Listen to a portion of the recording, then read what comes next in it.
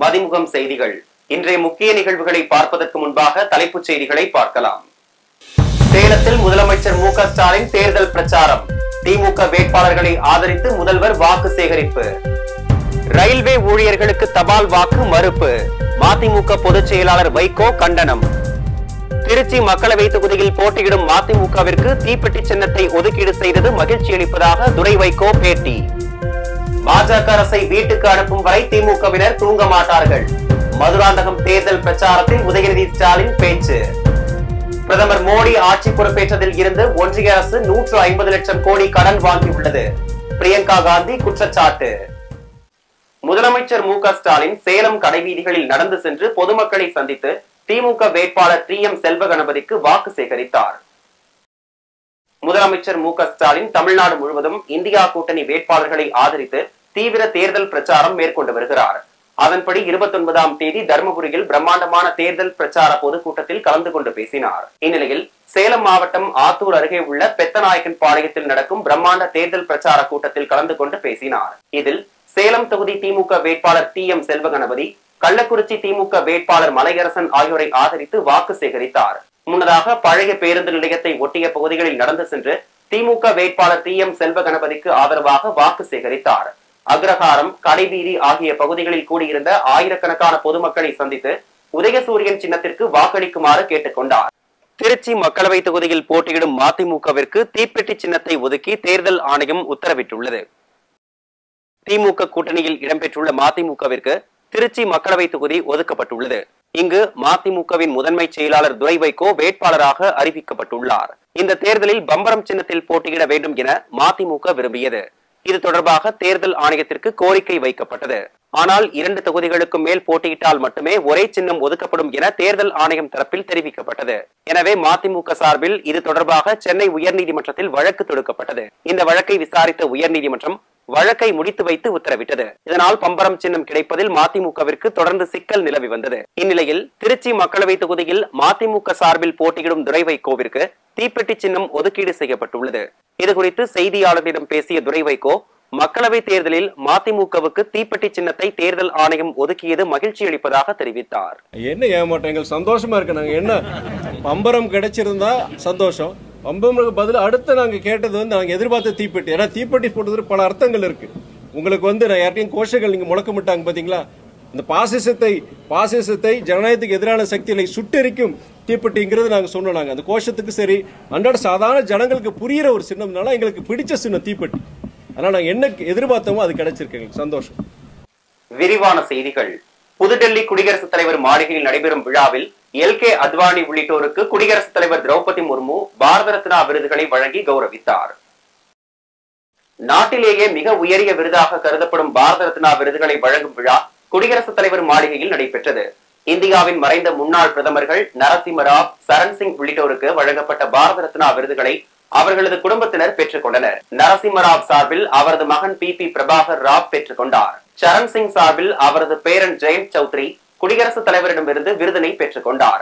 மேலும் பசுமை புரட்சியின் தந்தை என அழைக்கப்படும் MS சுவாமிநாதனுக்கும் பாரத ரத்னா விருது வழங்கப்பட்டுள்ளது.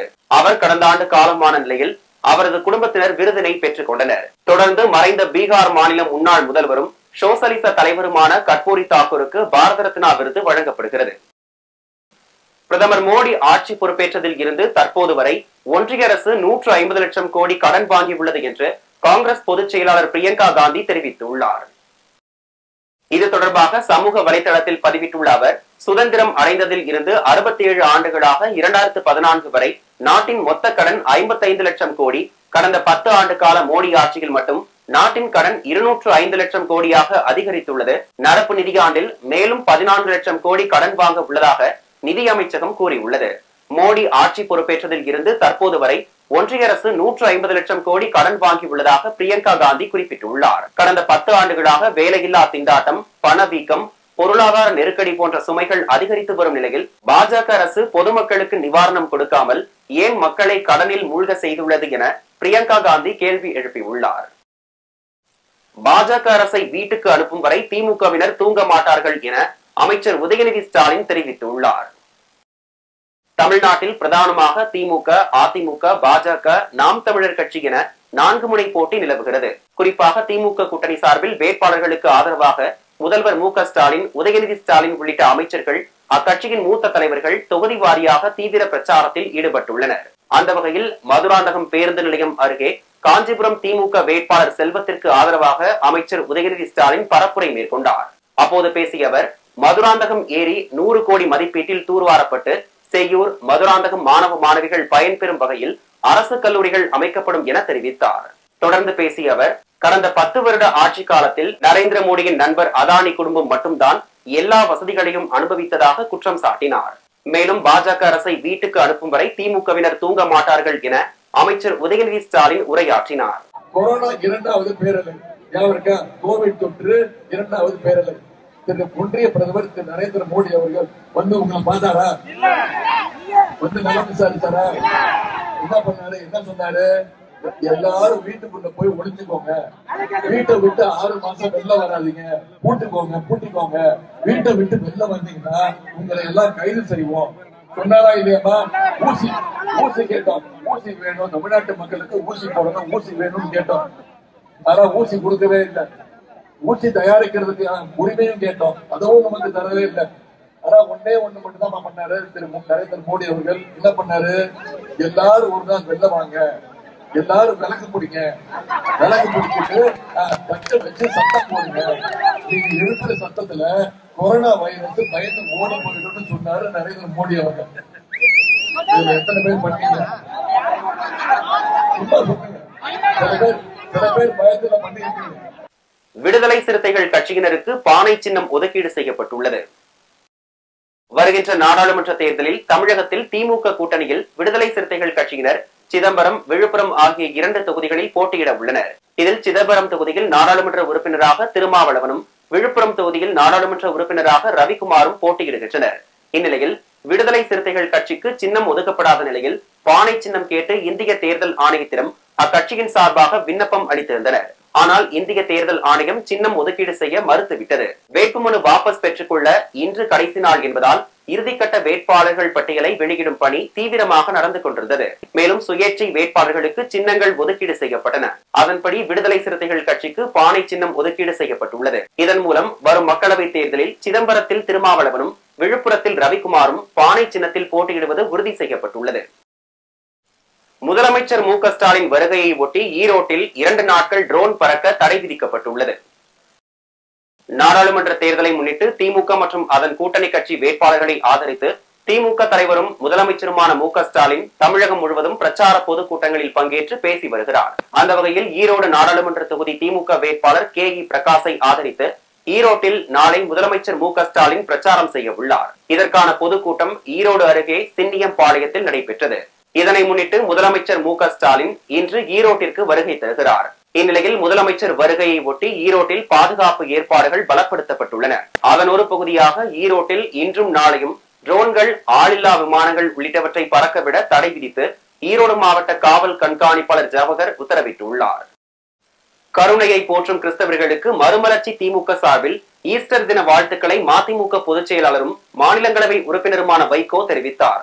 கொடுந்துயரில் தவிப்போருக்கு விடிகள் நீதியை உதிக்கச் செய்யும் நம்பிக்கையை ஈஸ்டர் வழங்குகிறது என்றும் அவர் தெரிவித்துள்ளார்.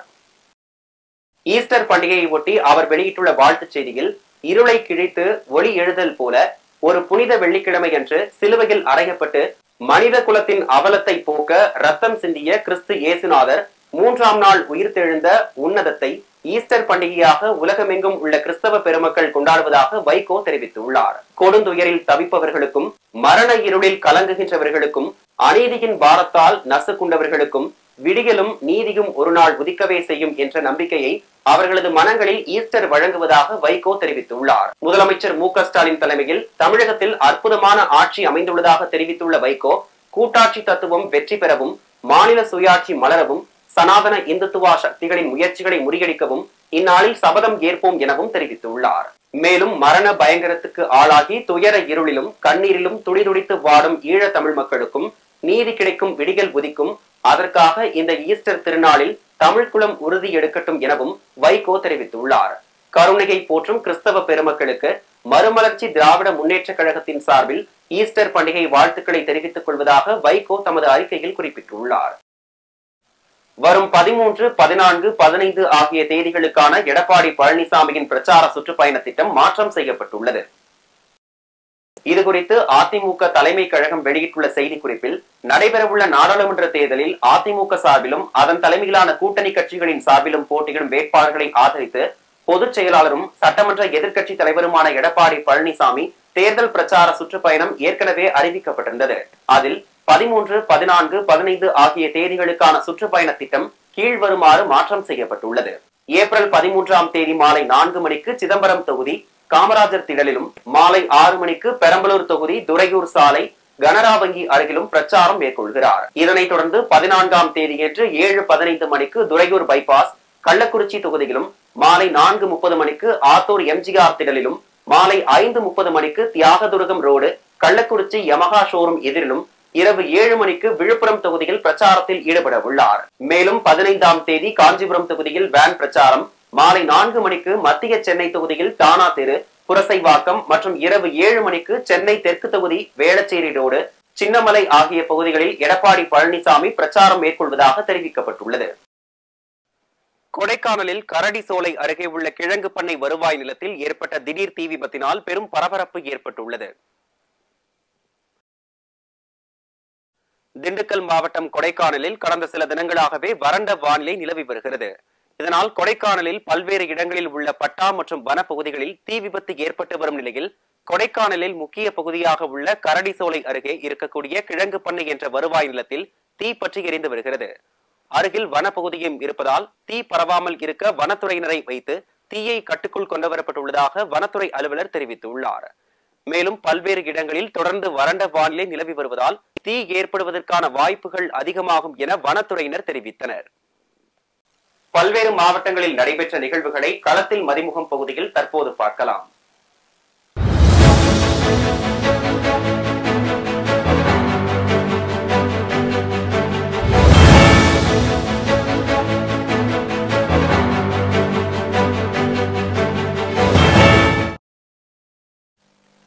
வேலூர் மாவட்டம் பாராளுமன்ற தொகுதியில் இந்தியா கூட்டணியின் சார்பில் போட்டியிடும் திமுக வேட்பாளர் கதிர் ஆனந்த் அணைக்கட்டு சட்டமன்ற தொகுதிகளில் உள்ள சித்தேரி மற்றும் பெண்ணாத்தூர் ஆகிய பகுதிகளில் தீவிர வாக்கு சேகரிப்பில் ஈடுபட்டார்.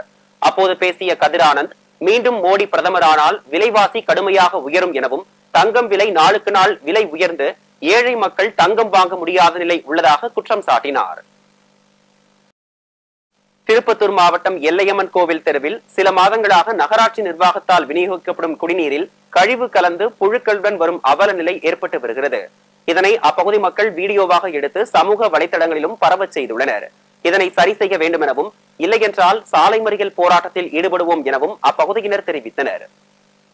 ஜனங்க அதே தண்ணி குடிச்சு இன்ஃபெக்ஷன் ஆகி இந்த நம்ம பகுதி நம்ம தெருவில் ஒரு பொண்ணு அட்மிட் ஆகியிருக்காங்க, டெங்கு காய்ச்சலாக. இந்த தண்ணி சாக்கடை தண்ணி குடிச்சு தான் எஃபெக்ட் ஆகின்னு இருக்குது. அதுக்கு அந்த நகராட்சி தான் நம்மளுக்கு பதில் சொன்னோம். ஏன்னா என்ன ஆனால் கூட கேட்குறதில்ல. நம்ம 8வது பகுதியில் 8வது வார்டு பகுதியில் பாருங்கள், இந்த நம்ம கலெக்டர் அம்மா சப் கலெக்டர் அம்மாவை கூட அன்றைக்கி நம்ம ஆர்ப்பாட்டம் செய்கிறபோது சொன்னாங்க, அவங்க வார்த்து உறுதி கொடுத்தாங்க, நம்ம என்ன பகுதியில் இருந்தாலும் என்ன கஷ்டம் இருந்தாலும் நம்ம உடனே அது தீர்வு செய்கிறோம்னு சொன்னாங்க. அந்த ஒன்று தீர்வு கூட கிடைக்கல. கலெக்டர் அம்மா சொன்ன வார்த்தை கூட தீர்வு கிடைக்கலன்னா நம்ம யாருக்கு தான் நம்ப முடியும்? நம்மளுக்கே ஒன்றுமே புரியல. திருவாரூர் மாவட்டம் மேலமருதூரில் இந்தியா கூட்டணி சார்பில் நாகை நாடாளுமன்ற வேட்பாளராக போட்டியிடும் வேட்பாளர் வை செல்வராஜ் தனது பிரச்சார பயணத்தை துவக்கினார். கூட்டணி கட்சி நிர்வாகிகள் தொண்டர்களுடன் வாக்கு சேகரிப்பில் ஈடுபட்டார். இந்த நிகழ்வில் திமுக மாவட்ட ஒன்றிய நகர கிளை பொறுப்பாளர்கள் மற்றும் கூட்டணி கட்சி தலைவர்கள், பெண்கள் என ஏராளமானோர் கலந்து கொண்டனர். வேலூரில் மாவட்ட தலைவர் டிகாராமன் தலைமையில் வருமான வரித்துறை சார்பில் காங்கிரஸ் கட்சி வருமான வரி கட்ட வேண்டுமென நோட்டீஸ் அனுப்பியுள்ளதை கண்டித்து ஆர்ப்பாட்டம் நடைபெற்றது. இதில் மாநில பொதுக்குழு உறுப்பினர் பிரசன்னகுமார், மண்டல தலைவர் வசிஷ்டர் மற்றும் மாநில எஸ்சி பிரிவின் மாநில தலைவர் சித்தரஞ்சன், சிறுபான்மை பிரிவு தலைவர் வாஹித் பாஷா உள்ளிட்ட திரளான காங்கிரஸ் கட்சியினர் பங்கேற்று கண்டன கோஷங்களை எழுப்பினார்கள். தேர்தல் காலம் என்பதால் இந்த ஆர்ப்பாட்டத்தோடு நாங்கள் எங்களுடைய கவன ஈர்ப்பை வருமான வரித்துறைக்கும் தேர்தல் ஆணையத்திற்கும் கொண்டு வந்திருக்கின்றோம். இந்த நிலை இப்படியே தொடருமேயானால் தேர்தலுக்கு பிறகு எங்களுடைய நடவடிக்கைகள் வேறு விதமாக இருக்கும் என்பதை இந்த பாசிச ஆட்சியாளர்களுக்கும் இந்த ஜனநாயகத்தையும் அரசியலமைப்பு சட்டத்தையும் பாதுகாக்க வேண்டிய அனைத்து துறைகளுக்கும் நாங்கள் ஒரு எச்சரிக்கையாக இன்றைக்கு நாங்கள் எச்சரிக்கை விடுகிறோம். தேர்தலுக்கு பிறகு மாற்றங்கள் வந்தாலும் வரவில்லை என்று சொன்னாலும் காங்கிரஸ் பேரியக்கம் இந்த தேசத்தையும் இந்த தேசத்தினுடைய இறையாண்மையையும் இந்த தேசத்தினுடைய ஜனநாயகத்தையும் இந்த தேசத்தினுடைய பன்முகத்தன்மையையும் இந்த தேசத்தினுடைய மதசார்பின்மையையும் இந்த உலக அரங்கிலே எப்படி நாங்கள் கட்டமைத்திருக்கின்றோமோ அதை பாதுகாக்கின்ற வகையில் காங்கிரஸ் பேரியக்கம் என்றென்றைக்கும் தங்களை முழுமையாக ஈடுபடுத்திக் கொண்டு இதையெல்லாம் மீட்டெடுக்கின்ற ஒரு போராட்ட களத்திற்கு காங்கிரஸ் பேரியக்கம் தலைமையேற்று இதையெல்லாம் மீண்டும் மீட்டெடுத்து இந்த இந்திய தேசிய காங்கிரஸ் வலிமையை காட்டி உலக அரங்கிலே காங்கிரஸ் இந்தியாவினுடைய பன்முகத்தன்மையை நிலைநிறுத்துவோம் என்பதை இந்த ஆர்ப்பாட்டத்தின் வாயிலாக நாங்கள் தெரிவித்துக் கொள்கிறோம். தென்காசி மாவட்டம் சொக்கம்பட்டி வனப்பகுதியில் திடீரென தீ விபத்து ஏற்பட்டு ஏராளமான மூலிகை மரங்கள் மற்றும் செடிகள் தீயில் கருகி சேதமடைந்துள்ளது. இதுகுறித்து தகவல் அறிந்த வனத்துறையினர் சுமார் 6 மணி நேர போராட்டத்திற்கு பின்னர் தீயை அணைத்தனர். இதனால் அப்பகுதியில் பரபரப்பு ஏற்பட்டது. அரியலூர் மாவட்ட ஆட்சியர் ஆனிமேரி ஸ்வர்ணா அவர்கள் பொதுமக்களின் வீடுகளுக்கு சென்று சமையல் எரிவாயு சிலிண்டர்களில் தேர்தல் விழிப்புணர்வு வில்லைகளை ஒட்டி பொதுமக்கள் 100% வாக்களிக்க வேண்டும் என விழிப்புணர்வு ஏற்படுத்தினார். இந்நிகழ்ச்சியில் கோட்டாட்சியர் ராமகிருஷ்ணன், செய்தி மக்கள் தொடர்பு அலுவலர் சுருளி பிரபு உள்ளிட்ட பலர் கலந்து கொண்டனர். அதேபோல் மயிலாடுதுறை மாவட்டம் தரங்கம்பாடி தாலுகாவில் வாக்களிப்பதன் அவசியம் குறித்து தேர்தல் விழிப்புணர்வு ஏற்படுத்தும் வகையில் என் வாக்கு என் உரிமை என்ற வாசகம் அடங்கிய ஸ்டிக்கர் ஒட்டப்பட்ட எரிவாயு சிலிண்டர்களை பொதுமக்களுக்கு விநியோகம் செய்து தேர்தல் விழிப்புணர்வு ஏற்படுத்தப்பட்டது. தென்காசி மாவட்டம் செங்கோட்டை அருகே முஸ்லிம் ஜமாத்தார்கள் மற்றும் இஸ்லாமிய இளைஞர்கள் சங்கம் சார்பாக சமூக நல்லிணக்க இஃப்தார் நோன்பு திறப்பு நிகழ்ச்சி நடைபெற்றது. இந்நிகழ்ச்சிக்கு ஜமாத் தலைவர் மஜித் தலைமை தாங்கினார். இந்த இஃப்தார் விருந்தில் தென்காசியை சுற்றியுள்ள அனைத்து இந்து மற்றும் முஸ்லிம் மக்கள் பங்கேற்றனர். திருவள்ளூர் கிழக்கு மாவட்டம் மீஞ்சூர் கிழக்கு ஒன்றியத்தில் தேர்தல் பணிமனையினை முன்னாள் IAS அதிகாரி சசிகாந்த் செந்தில் மற்றும் பொன்னேரி சட்டமன்ற உறுப்பினர் துரை சந்திரசேகர் ஆகியோர் ரிப்பன் வெட்டி திறந்து வைத்தனர். இதில் திமுக நிர்வாகிகள், இளைஞரணி மற்றும் மகளிர் அணியினர் என பலர் கலந்து கொண்டனர். மயிலாடுதுறை மாவட்டம் குத்தாலம் அருகே திருமணஞ்சேரி கீழ தெருவில் அருள்மிகு கல்யாண மாரியம்மன் ஆலயத்தில் தீமிதி திருவிழா வெகு விமர்சையாக நடைபெற்றது. அதில் திரளான பக்தர்கள் தீக்குண்டத்தில் இறங்கி தீமிதித்து நேர்த்திக்கடன் செலுத்தினர். அதனைத் தொடர்ந்து சிறப்பு அலங்காரத்தில் எழுந்தருளிய அம்மன் வீதி நடைபெற்றது. மேலும் பக்தர்கள் மாவிளக்கு எடுத்து தீபமிட்டு வழிபாடு செய்தனர். திருப்பத்தூர் மாவட்டம் ஆம்பூரில் உள்ள மளிகைத்தோப்பு பகுதியில் இந்திய ஜனநாயக புலிகள் கட்சி தலைவர் மன்சூர் அலிகான் நாடாளுமன்ற தேர்தலில் போட்டியிடுவதை ஒட்டி பொதுமக்களிடையே ஆதரவு திரட்டினார். இதனால் மளிகைத்தோப்பு பகுதியில் சிறிது நேரம் போக்குவரத்து பாதிக்கப்பட்டது. வேலூர் மாவட்டம் மேல்பட்டி ரயில்வே மேம்பாலம் அருகில் 120 லிட்டர் கள்ளச்சாராயம் மற்றும் கடத்தலுக்கு பயன்படுத்திய இருசக்கர வாகனத்தை காவல்துறையினர் பறிமுதல் செய்து பழனி மற்றும் பூவரசன் ஆகிய இருவரையும் கைது செய்து சிறையில் அடைத்தனர். அதனைத் தொடர்ந்து தார்வழி மலை பகுதியில் 210 லிட்டர் கள்ளச்சாராயத்தையும், பேரணாம்பட்டு சாத்கர் மற்றும் எலந்தமரத்து ஏரி ஆகிய பகுதிகளில் 500 லிட்டர் கள்ளச்சாராயமும் ஒழிக்கப்பட்டது. ஜெருசலம் பொறியியல் கல்லூரியின் 24வது பட்டமளிப்பு விழா நிகழ்ச்சி நடைபெற்றது. ஜெருசலம் மற்றும் தாக்கூர் அறக்கட்டளை தலைவர் எம் மாலா கலந்து கொண்டு பட்டமளிப்பு விழாவை துவக்கி வைத்தார். இந்நிகழ்ச்சியில் சென்னை அண்ணா பல்கலைக்கழக துணைவேந்தர் ஆர் வேல்ராஜ் அவர்கள் சிறப்பு விருந்தினராக கலந்து கொண்டு மாணவ மாணவிகளுக்கு பட்டப்படிப்பு சான்றிதழ்களை வழங்கினார். விழாவில் பேசிய அவர், சுற்றுச்சூழலின் மீது மனிதனின் முழுமையான பொறுப்பு, நிலைத்தன்மை, கார்பன் உமிழ்வின் தாக்கங்கள் மற்றும் செயற்கை தொழில்நுட்பத்தின் நோக்கம் ஆகியவை குறித்து சிறப்புரையாற்றினார். மத்திய சென்னை நாடாளுமன்ற தொகுதியில் போட்டியிடும் பாஜக வேட்பாளர் வினோத் பி செல்வம் தனது தொகுதிக்குட்பட்ட சூலை பகுதிகளில் வீடு வீடாக சென்று தீவிர வாக்கு சேகரிப்பில் ஈடுபட்டார். அப்போது அவருடன் அம்மா மக்கள் முன்னேற்ற கழகம், பாட்டாளி மக்கள் கட்சி, தமிழ் மாநில காங்கிரஸ் உள்ளிட்ட கட்சிகளின் நிர்வாகிகள், தொண்டர்களும் தீவிர வாக்கு சேகரிப்பில் ஈடுபட்டனர். வாக்கு சேகரிப்பில் ஈடுபட்ட வினோத் பி செல்வத்திற்கு பொதுமக்கள் மலர்கள் தூவி உற்சாக வரவேற்பளித்தனர். இன்றைய தங்கம் வெள்ளி விலை வழங்குவோர் அட்டிகா கோல்ட் கம்பெனி. சென்னையில் 22 கேரட் ஆபரண தங்கத்தின் விலை கிராமுக்கு 20 ரூபாய் குறைந்து 1 கிராம் தங்கத்தின் விலை 6370 ரூபாய்க்கு விற்பனை செய்யப்படுகிறது. மேலும் சவரனுக்கு 1160 ரூபாய் குறைந்து 1 சவரன் 50,960 ரூபாய்க்கு விற்பனை செய்யப்படுகிறது. வெள்ளியின் விலை கிராமுக்கு 20 காசுகள் உயர்ந்து 1 கிராம் வெள்ளி 81 ரூபாய்க்கும் 1 கிலோ வெள்ளி 81,000 ரூபாய்க்கும் விற்பனை செய்யப்படுகிறது. ஆப்பிரிக்க கண்டம் மடகாஸ்கரில் ஏற்பட்ட வெள்ளப்பெருக்கில் சிக்கியதில் 14 பேர் உயிரிழந்தனர். ஆப்பிரிக்க கண்டம் மடகாஸ்கரில் உள்ள கமனே பகுதியில் பலத்த புயல் காற்றுடன் கூடிய கனமழை பெய்தது. அப்போது மணிக்கு சுமார் 150 கிலோமீட்டர் வேகத்தில் புயல் காற்று வீசியது. இதில் அங்குள்ள 9000 வீடுகள் சேதமடைந்தன.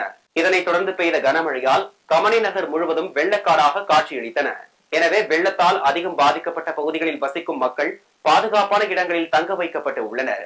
இந்நிலையில் வெள்ளப்பெருக்கில் சிக்கி 14 பேர் உயிரிழந்தனர். மேலும் பலர் வெள்ளத்தில் அடித்துச் செல்லப்பட்டதாக கூறப்படுகிறது. எனவே அவர்களை தேடும் பணியில் பேரிடர் மீட்பு படையினர் தொடர்ந்து ஈடுபட்டு வருகின்றனர். மீண்டும் தலைப்புச் செய்திகள். சேலத்தில் முதலமைச்சர் மு க ஸ்டாலின் தேர்தல் பிரச்சாரம். திமுக வேட்பாளர்களை ஆதரித்து முதல்வர் வாக்கு சேகரிப்பு. ரயில்வே ஊழியர்களுக்கு தபால் வாக்கு மறுப்பு. மதிமுக பொதுச் செயலாளர் வைகோ கண்டனம். திருச்சி மக்களவை தொகுதியில் போட்டியிடும் மதிமுகவிற்கு தீப்பெட்டி சின்னத்தை ஒதுக்கீடு செய்தது மகிழ்ச்சி அளிப்பதாக துரை வைகோ பேட்டி. பாஜக அரசை வீட்டுக்கு அனுப்பும் வரை திமுகவினர் தூங்க மாட்டார்கள். மதுராந்தகம் தேர்தல் பிரச்சாரத்தில் உதயநிதி ஸ்டாலின் பேச்சு. பிரதமர் மோடி ஆட்சி பொறுப்பேற்றதில் இருந்து ஒன்றிய அரசு 150 லட்சம் கோடி கடன் வாங்கியுள்ளது. பிரியங்கா காந்தி குற்றச்சாட்டு. இத்துடன் செய்திகள் நிறைவடைந்தன. மீண்டும் செய்திகள் காலை 8 மணிக்கு. மேலும் செய்திகளை தெரிந்து கொள்ள மதிமுகம் பிரைம் யூடியூப் தளத்தில் இணைந்திருங்கள்.